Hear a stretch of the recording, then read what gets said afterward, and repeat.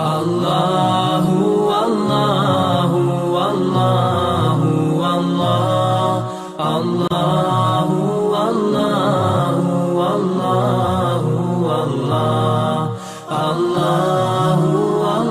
اللہ اللہ الحمد للہ نحمده ونستعینه ونستغفره ونؤمن به ونتوکل علیہ ونعوذ باللہ من شرور انفسنا ومن سیئات اعمالنا من يهده الله فلا مضل له ومن يضلل فلا هادی له ونشهد ان لا الہ الا اللہ وحدہ لا شریک له ونشهد ان محمدا عبده ورسوله صلی اللہ تعالی علیہ وعلى آلہ واصحابہ وبارک وسلم تسلیما کثیرا کثیرا اما بعد فاعوذ باللہ من الشیطان الرجیم بسم اللہ الرحمن الرحیم تبارک الذی نزل الفرقان علی عبدہ لیکون للعالمین نذیرا۔ آج قرآن مجید کے دروس کے جو سلسلے ہم نے شروع کیے ہیں اس کا پہلا درس ہے آج۔ تو انشاءاللہ میں آپ کے سامنے قرآن مجید کا کچھ تعارف پیش کروں گا۔ کسی بھی چیز کو شروع کرنے سے پہلے اگر اس کا ہمارے سامنے تعارف ہو کہ یہ کتاب کیوں نازل ہوئی، اس کے مقاصد کیا ہیں، تو اس چیز کو سننے میں پڑھنے میں انسان دلچسپی سے کام لیتا ہے۔ آپ نے دیکھا ہوگا جب بھی کوئی کمپنی اپنی کوئی نئی پروڈکٹ مارکیٹ میں لاتی ہے تو پہلے اس کا تعارف کرواتی ہے، انٹروڈکشن پیش کیا جاتا ہے کہ یہ کیا ہے، کس مقصد کے لیے اس کو بنایا گیا ہے۔ قرآن مجید کا تعارف، قرآن مجید کیوں نازل ہوا، اس کے مقاصد کیا ہیں، یہ مقاصد اگر سامنے ہوں گے تو اس کی اہمیت کا بھی اندازہ ہوگا۔ اس کا تعارف کیا ہے، یہ کیوں نازل ہوئی، یہ خود قرآن مجید ہی نے اس کو واضح کیا ہے۔ فرمایا ھدی للناس، یہ کتاب لوگوں کے لیے ہدایت ہے۔ ہدایت کیا ہے، ہدایت کی ڈیفینیشن کیا ہے؟ ہم اگر انسان کی زندگی پہ غور کرتے ہیں، انسان کو جن چیزوں سے بنایا گیا، تو انسان دو چیزوں کے مجموعے کا نام ہے، ایک ہے جسم اور ایک ہے روح۔ مغربی دنیا، مادہ پرست لوگ انسان کو صرف میٹر سمجھتے ہیں، مادہ خیال کرتے ہیں، کھائے گا کیا، پہنے گا کیا، گھر کیسے ہوگا، اس کی نسل کیسے بڑھے گی، بس انہی چیزوں میں، یعنی اس سے آگے وہ سوچتے نہیں ہیں۔ جبکہ ہم دیکھتے ہیں کہ انسان کی جو زندگی ہے، انسان کی زندگی میں اس کی روح کا بہت بڑا کردار ہے۔ انسان اچھا بھی ہوتا ہے، برا بھی ہوتا ہے، وفادار بھی ہوتا ہے، بے وفا بھی ہوتا ہے، سچا بھی ہوتا ہے، جھوٹا بھی ہوتا ہے۔ جانوروں میں اللہ تعالیٰ نے جانوروں کی جو صفات ہیں، جیسے کتے کی ایک صفت ہے وفاداری۔ اب کتا جہاں بھی دنیا میں پایا جائے گا اس میں وفاداری ہوگی، بے وفائی نہیں ہوگی۔ یہ کتے کو جس فطرت پہ چلانا تھا اس فطرت پہ اللہ نے اس کو چلا دیا ہے، وہ اسے فطرت سے ہٹایا نہیں جا سکتا۔ لیکن انسان کو اللہ تعالیٰ نے جس فطرت پہ پیدا کیا ہے اس فطرت پہ چلنے کے لیے انسان کو تربیت کی ضرورت ہے۔ اسی فطرت کے راستے کو ہدایت کا راستہ اور صراط مستقیم اور سیدھا راستہ کہا جاتا ہے۔ اگر آپ کے سامنے وہ فطرت کا راستہ نہیں ہوگا تو آپ سیدھے راستے پہ نہیں چل سکتے۔ جو مادہ پرست لوگ ہیں، جو مذہب کو نہیں مانتے، ان کے ہاں سیدھا راستہ اور الٹا راستہ، سیدھا راستہ اور غلط راستہ، یہ سب فضول چیزیں ہیں۔ وہ کہتے ہیں سیدھا راستہ کیا ہوتا ہے؟ آپ کھاؤ پیو، آپ عیش پرستی کی زندگی گزاریں، آپ لائف کو انجوائے کریں، تو بس یہی سیدھا راستہ ہے، اس کے علاوہ اور کوئی راستہ سیدھا راستہ نہیں۔ لیکن ہم دیکھتے ہیں کہ اگر انسان کی زندگی میں یہ سیدھا راستہ اور غلط راستہ نکال دیا جائے تو پھر انسان اور جانور میں کوئی فرق نہیں رہتا۔ وہ فطرت کا وہ راستہ جس پہ اللہ تعالیٰ چاہتے ہیں کہ انسان کو چلایا جائے، اس فطرت کے راستے پر چلنے کو صراط مستقیم کہتے ہیں، اور وہ قرآن کے علاوہ دنیا کی کوئی کتاب نہیں ہے جو بتاتی ہے وہ راستہ۔ ھدی للناس، لوگوں کے لیے ہدایت ہے۔ اس کی میں آپ کو ایک مثال دیتا ہوں۔ دیکھیے، شیر کا بچہ جب پیدا ہوتا ہے تو اسے پتہ ہے کہ میں نے کیا کھانا ہے اور کیسے میں نے زندگی گزارنی ہے۔ آپ شیرنی کے بچے کے سامنے اگر گھاس رکھ دیں وہ کبھی بھی ہاتھ نہیں ڈالے گا، وہ دودھ ہی پیے گا۔ بلی کے بچے کو پتہ ہے کہ اس نے صرف دودھ پینا ہے، دودھ کے علاوہ وہ کسی چیز کو ہاتھ نہیں لگائے گا۔ لیکن انسان کے بچے کے سامنے اگر آپ آگ کا انگارہ رکھ دیں تو وہ انگارہ اٹھا کے منہ میں ڈال دے گا۔ اس سے ہمیں یہ پتہ چلتا ہے کہ انسان اپنی مادی زندگی، یعنی مادی زندگی اس کی نیچر کے مطابق چلے، اس میں بھی انسان تربیت کا محتاج ہے. جب تک اس کو سیدھا راستہ بتانے والا کوئی نہیں ہوگا وہ مادی زندگی میں بھی سیدھے راستے پر نہیں چلے گا. اسے یہ نہیں پتہ چلے گا میں نے کھانا کیا ہے، باقی چیزیں تو بہت بات کی ہیں. روحانی زندگی بھی ہے انسان کی. روحانی زندگی کیا ہے؟ انسان کو اللہ نے اختیار دیا ہے، وہ سچ بھی بول سکتا ہے، جھوٹ بھی بول سکتا ہے. جانوروں کو یہ اختیار نہیں ہے، جانور جیسے ہیں وہ ویسے ہی رہتے ہیں. اگر لومڑی میں اللہ نے چالاکی اور مکاری رکھ دی ہے تو وہ ہمیشہ چالاک اور مکار ہی رہے گی. وہ یہ چالاکی اور مکاری ایسا نہیں ہے کہ آپ اسے کوئی تعلیمات سکھائیں اور اس کی تربیت کریں تو اس میں سے چالاکی اور مکاری کی صفت ختم ہو جائے، یہ ممکن نہیں ہے. اس کو اللہ تعالیٰ نے جیسا بنایا پہلے دن سے ویسی ہی رہے گی وہ موت تک. شیر میں اللہ نے بہادری رکھی ہے، وہ بزدل نہیں ہو سکتا. گیدڑ میں بزدلی رکھی ہے، وہ بہادر نہیں ہو سکتا. تو جانور کو جو فطرت دی گئی ہے وہ اس پہ موت تک چلتا رہے گا. لیکن انسان سچ بھی بول سکتا ہے، جھوٹ بھی بول سکتا ہے. آزمائش میں پڑ جاتا ہے، اس کا دل چاہتا ہے کہ میں جھوٹ بولوں. برا آدمی ہوگا تو جھوٹ بولے گا، اور آزمائش میں مبتلا ہونے کے باوجود اگر وہ سچ بولتا ہے تو لوگ اس کی تعریف کرتے ہیں کہ یہ ایک اچھا آدمی ہے، شریف انسان ہے. اسے موقع ملتا ہے چوری کرنے کا لیکن وہ چوری نہیں کرتا. لوگ کہتے ہیں کہ اچھا آدمی ہے، حلال کماتا ہے، حلال کھاتا ہے، حالانکہ اسے چوری کا موقع ملا. اور اگر وہ کر لے تو لوگ کہتے ہیں معاشرے میں برا آدمی ہے. تو یہ اچھا ہونا اور برا ہونا، اچھا ہونا اور برا ہونا یہ صرف انسان کا خاصہ ہے. اللہ نے زمین پر انسان کے علاوہ جتنی مخلوق پیدا کی ہے وہ نہ اچھی ہے نہ بری ہے، کیونکہ اسے اختیار نہیں ہے. وہ جو کچھ کر رہی ہے وہ اس کرنے پر اور اس طرز زندگی کو گزارنے پر وہ مجبور ہے.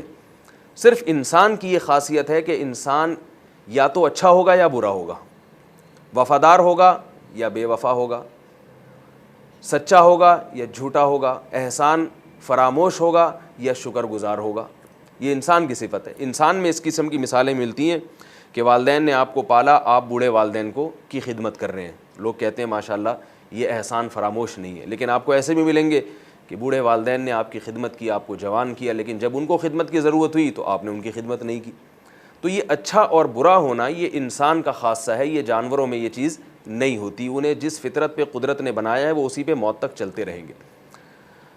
اب اچھا بننا یا اچھے راستے پر چلنا، اس کو بھی فطرت سے تعبیر کیا جا سکتا ہے. تو فطرت کی بہت ساری تعریفیں ہیں کہ فطرت کسے کہتے ہیں.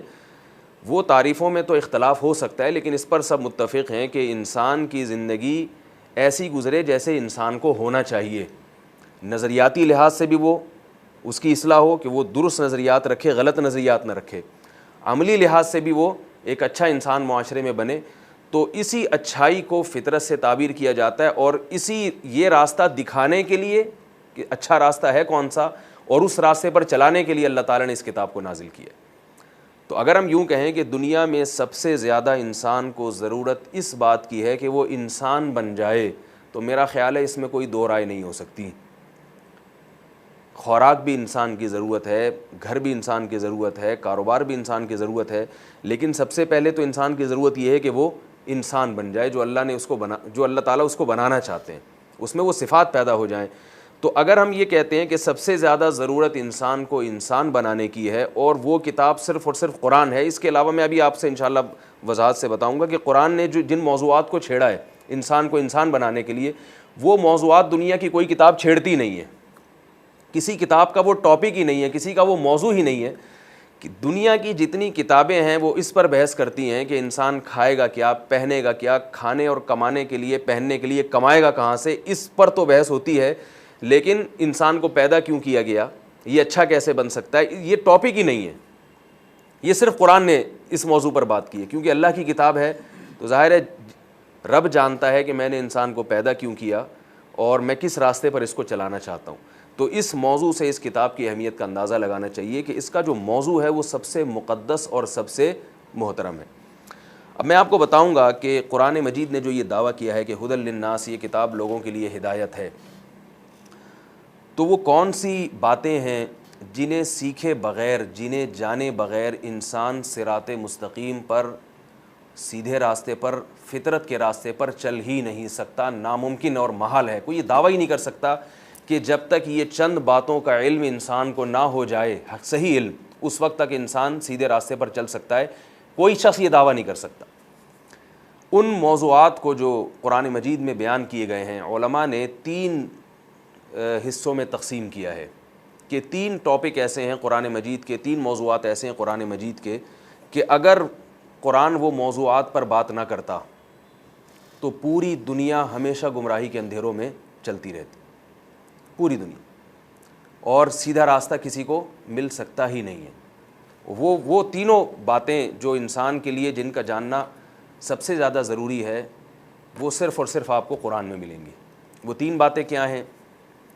سب سے پہلی بات، جس کو عربی کی اصطلاح میں علم جدل کہا جاتا ہے، کہ آپ کا نظریات کے لحاظ سے، نظریہ جو آپ عقیدہ رکھتے ہیں، جو بنیادی عقائد ہیں انسان کے، جن کے بارے میں سائنس وہاں تک نہیں پہنچ سکتی، یعنی سائنس تحقیق کر کے وہاں تک نہیں پہنچ سکتی، بلکہ وہ نظریات ایسے ہیں اور وہ انسان کے لیے بہت ضروری بھی ہیں۔ اگر اس میں آپ غلطی کریں گے تو آپ کبھی بھی سیدھے راستے پہ نہیں چل سکتے۔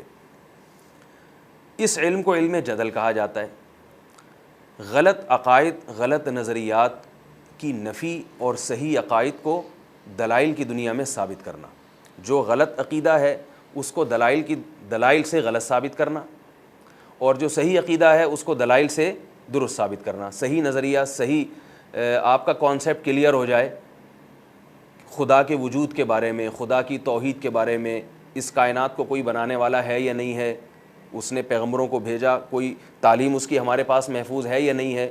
اگر آپ ان چیزوں کا آپ کے پاس علم ہی نہیں ہے تو ظاہر ہے پھر آپ ساری زندگی عقل ہی سے تعین کرتے رہیں گے کیا صحیح ہے کیا غلط ہے، اور آپ کبھی بھی کسی ٹاپک پر 2 آدمیوں کو ایک جگہ جمع نہیں کر سکتے۔ 2 ذہین آدمی ایک موضوع بھی اگر آپ ان کو دے دیں گے اور اس پہ آپ ان کو بات کرنے کے لیے کہیں کہ اس پر آپ اپنی رائے پیش کریں، تو عموماً ایسا ہوتا ہے کہ 2 آدمی بھی اس پہ جمع نہیں ہو سکتے۔ تو اگر یہ چیز انسانوں کی عقل کے حوالے کر دی جاتی کہ آپ خود فیصلہ کرو، تو انسان کبھی بھی سیدھے راستے پر نہیں پہنچ سکتا۔ اس کو علم جدل کہا جاتا ہے کہ غلط نظریات، غلط عقائد کی نفی۔ غلط نظریہ اور غلط عقیدہ ہمیشہ انسان میں قوموں سے آتا ہے، خود سے نہیں آتا۔ دنیا میں جتنے غلط نظریات والے لوگ موجود ہیں، انسان انہی سے غلط نظریہ سیکھتا ہے۔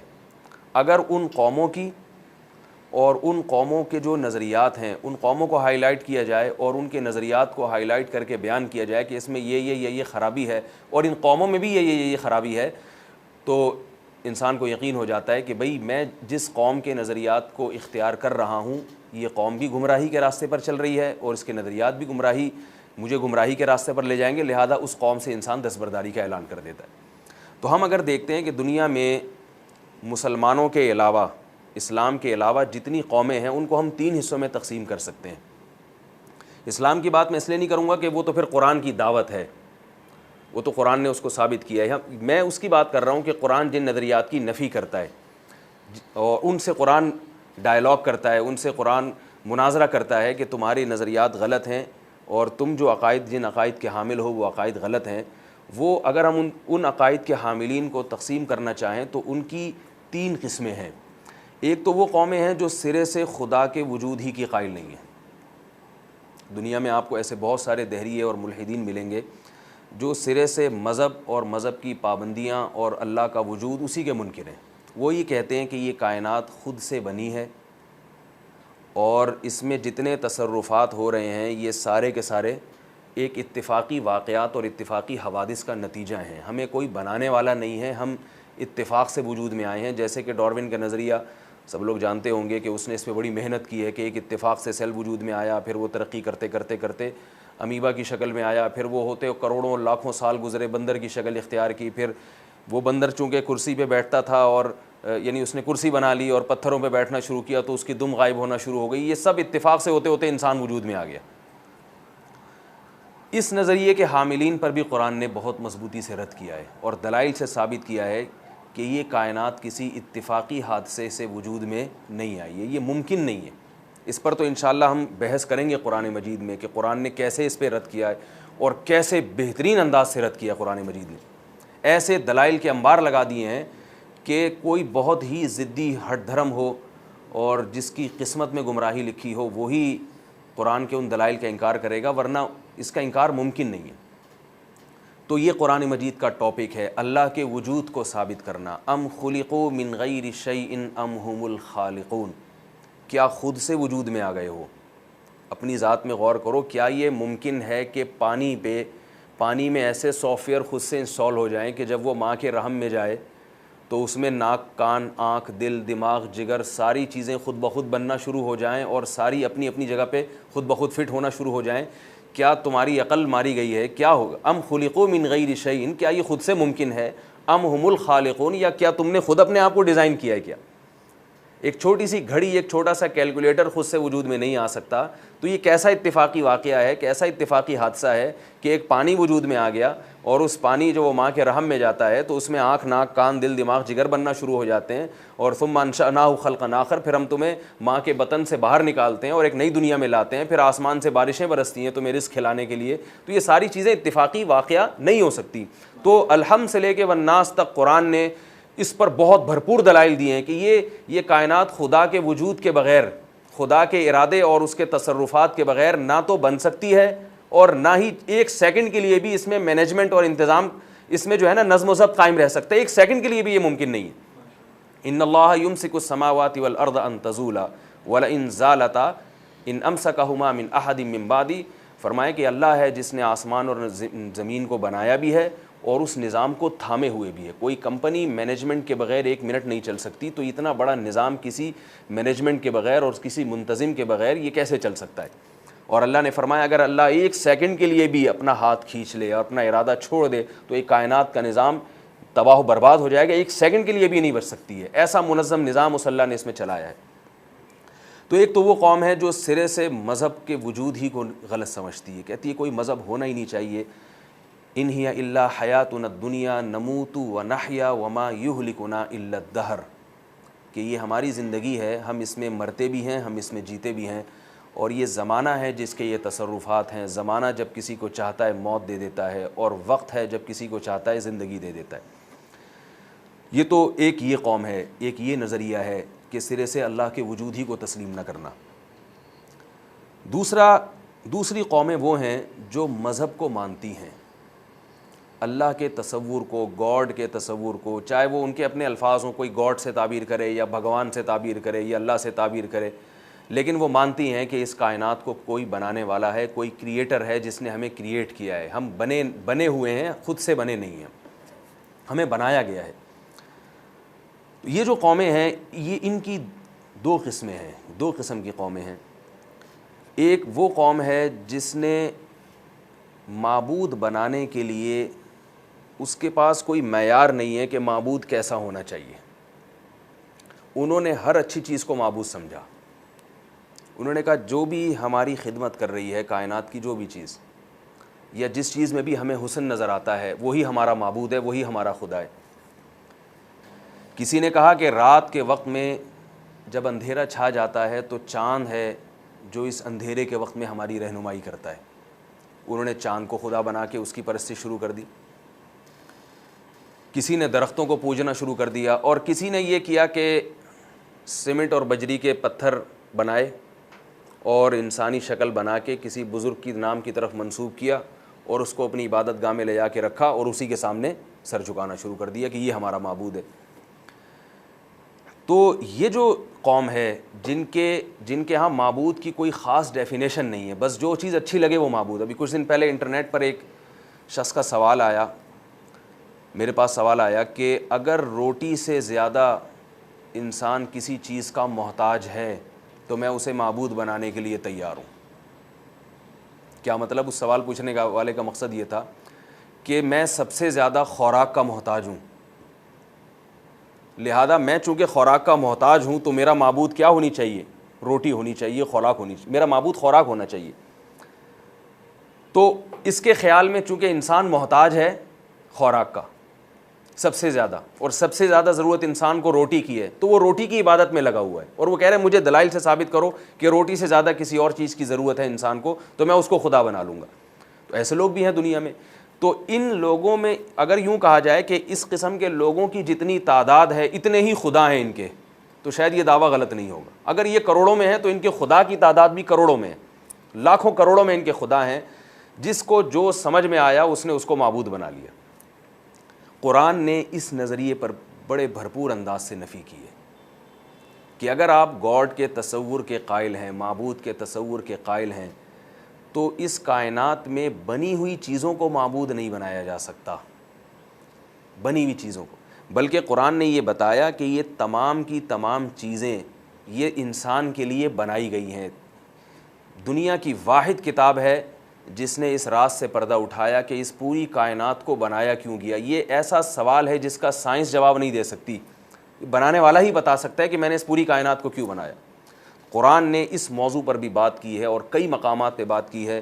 وَسَخَّرَ لَكُم مَّا فِي السَّمَاوَاتِ وَمَا فِي الْأَرْضِ جَمِيعًا مِّنْهُ، فرمایا جو کچھ آسمانوں میں ہے، چاند، ستارے، سیارے اور خود آسمان، کہکشائیں، جو کچھ آسمانوں میں ہے، وَمَا فِي الْأَرْضِ اور جو کچھ زمین کی پشت پر اور زمین کے اندر ہے، جمیعاً سب کا سب، تمام کا تمام، منہ اس اللہ نے اپنی طرف سے، سخر لکم تمہارے لیے پیدا کیا ہے، تمہارے کام میں لگا دیا ہے.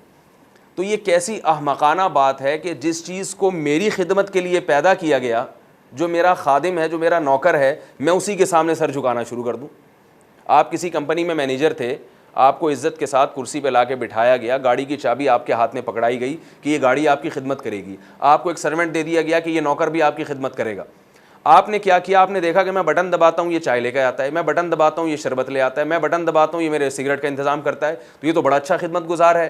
آپ نے کیا کیا؟ اسی کو جبہ قبہ پہنا کے اسی کے سامنے سر جھکانا شروع کر دیا. تو آپ سے بڑا بیوقوف اور احمق تو پھر کوئی نہ ہوا کہ جس کو آپ کی خدمت میں لگایا گیا تھا آپ نے اس کو مخدوم بنا لیا، آپ نے اس کو معبود بنا لیا. تو اللہ نے اس حقیقت کو بھی قرآن میں بہت واضح انداز میں بیان کیا ہے کہ لا تسجدوا للشمس ولا للقمر واسجدوا للہ الذی خلقہن ان کنتم ایاہ تعبدون. فرمایا سورج کو سجدہ نہ کرو اور نہ ہی چاند کو سجدہ کرو، اس ذات کو سجدہ کرو جس نے سورج اور چاند تمہاری خدمت میں لگا دی ہیں، جس نے ان چیزوں کو تمہاری خدمت کے لیے پیدا کیا، اس ذات کو سجدہ کرو، وہ ہے اصل معبود. تو یہ بہت بڑی حقیقت تھی جس سے قرآن نے پردہ اٹھایا ہے اور ایسے مضبوط دلائل لیے ہیں. اس میں ہمارے سامنے حضرت ابراہیم علیہ الصلاۃ والسلام کے واقعات کو بیان کیا گیا کہ ان کا جس قوم سے واسطہ پڑا اس کے بھی ہزاروں خدا تھے، ہزاروں معبود تھے. فلما رأى الشمس بازغة قال هذا ربی، فرمایا دیکھو ابراہیم نے جب سورج کو دیکھا تو کہا کہ یہ میرا خدا ہے، یہ میرا رب ہے. فلما افلت، جب وہ سورج غائب ہو گیا، لا احب الافلین، تو میں غائب ہونے والوں سے دل نہیں لگا سکتا. معبود تو وہ ہوتا ہے جو ہر وقت آپ کے ساتھ ہو. تو یہ دلائل کے تانے بانے قرآن مجید نے ملائے ہیں اور اس قوم پر مضبوطی سے رد کیا ہے جو اللہ کے سوا، اس کائنات کو بنانے والے کے سوا کسی اور کو معبود سمجھتا ہے. تیسری قوم ہمارے سامنے یہود و نصارہ کی ہے، جن کی تعداد دنیا میں سب سے زیادہ ہے. آج بھی عیسائیت دنیا میں سب سے زیادہ ہے، عیسائی دنیا میں سب سے زیادہ ہیں جو مذہب کو ماننے والے ہیں، مذہب کو فالو کرنے والے ہیں. یہ وہ قوم ہے جو زبانی کلامی حد تک توحید کی دعوے دار ہے، جو یہ کہتی ہے کہ ہم خدا کو مانتے ہیں اور ایک خدا کے ماننے والے ہیں، ہم دو خداؤں کے قائل نہیں ہیں. لیکن عملی طور پر یہ ایک خدا کے ماننے والے نہیں ہیں، دو طرح سے. ایک تو اس طرح کہ عیسائیوں نے بہت ہی واضح لفظوں میں حضرت عیسیٰ علیہ الصلاۃ والسلام جن کو توحید کی دعوت کے لیے بھیجا گیا ان کو بھی اللہ رب العزت کا ایک جز قرار دے دیا، خدائیت میں، الوہیت میں، معبود ہونے میں اللہ کے ساتھ شریک کر لیا. دوسرا اس طرح سے اتخذوا احبارہم ورہبانہم اربابا من دون اللہ. قرآن یہ جو موضوع بیان کرتا ہے کہ صرف میں خدا ہوں، میں گاڈ ہوں، میں اللہ ہوں، میرے ساتھ کوئی شریک نہیں، حاکم صرف میں ہوں، یہ بتانے کے لیے کہ اس کائنات میں اگر چلے گی تو صرف میری چلے گی، قانون چلے گا تو میرا چلے گا، میں جس چیز کو اچھا کہوں گا وہ اچھی، میں جس چیز کو برا کہوں گا وہ بری، یہ مجھے حق حاصل ہے. اگر آپ زبانی کلامی تو یہ دعویٰ کرتے ہیں کہ اللہ ایک ہے، لیکن آپ قانون سازی کا حق اللہ کے سوا کسی دوسرے کو بھی دیتے ہیں، تو اس کا مطلب آپ عملی طور پر ایک خدا کے قائل نہیں ہیں، بلکہ پریکٹیکلی آپ دو خداؤں کے ماننے والے۔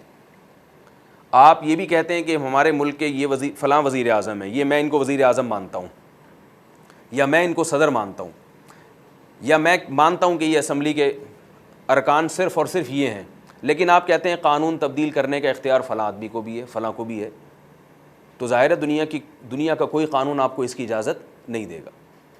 آپ مانتے ہیں کہ مینیجر، کمپنی کے مینیجر یہ ہیں، لیکن جو سارا انتظام ہے عملی طور پر آپ کسی اور کے حوالے کرتے ہیں، تو اس کا مطلب کیا ہوا کہ بھائی عملی طور پر آپ اس کو مینیجر ماننے کے لیے تیار نہیں ہیں، عملی طور پر آپ مینیجر اس کو مان رہے ہیں جس سے آپ کمپنی کا سارا جو انتظام اور انصرام آپ نے جس کے حوالے کیا ہوا ہے۔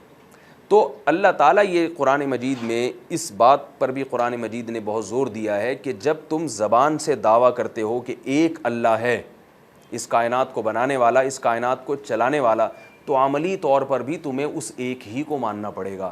تو یہود و نصارہ کی ایک برائی کیا تھی جو ابھی بھی ہے، وہ یہ کہ اتخذوا احبارہم ورہبانہم اربابا من دون اللہ، کہ اپنے راہبوں کو، اپنے مذہبی پیشواؤں کو انہوں نے اللہ کے سوا معبود بنا لیا، رب بنا لیا۔ حضرت عیسیٰ علیہ السلام کو تو وہ واضح لفظوں میں سن آف دا گاڈ کہتے ہیں، سن آف گاڈ کہتے ہیں واضح لفظوں میں، اور اپنے جو پادری ہیں اور جو ان کے مذہبی رہنما ہیں، مذہبی پیشوا ہیں، ان کو واضح لفظوں میں تو نہیں کہتے، لیکن ان کے ساتھ عمل ایسا ہے کہ اس عمل کی نتیجے میں اللہ یہی کہہ رہے ہیں کہ یہ لوگ ان کو بھی خدا مانتے ہیں۔ وہ عمل کیا ہے کہ یہود و نصارہ میں قانون ہے کہ پادری کسی قانون کو منسوخ کر سکتا ہے تورات اور انجیل کے، اور کسی نئے قانون کو لا سکتا ہے۔ آپ سے اگر کوئی گناہ ہوتا ہے تو آپ کے لیے ضروری ہے کہ آپ پادری کے سامنے جا کے اس کا اعتراف کریں، وہ آپ کا گناہ معاف کروائے گا، آپ ڈائریکٹ براہ راست اللہ کی بارگاہ میں توبہ نہیں کر سکتے۔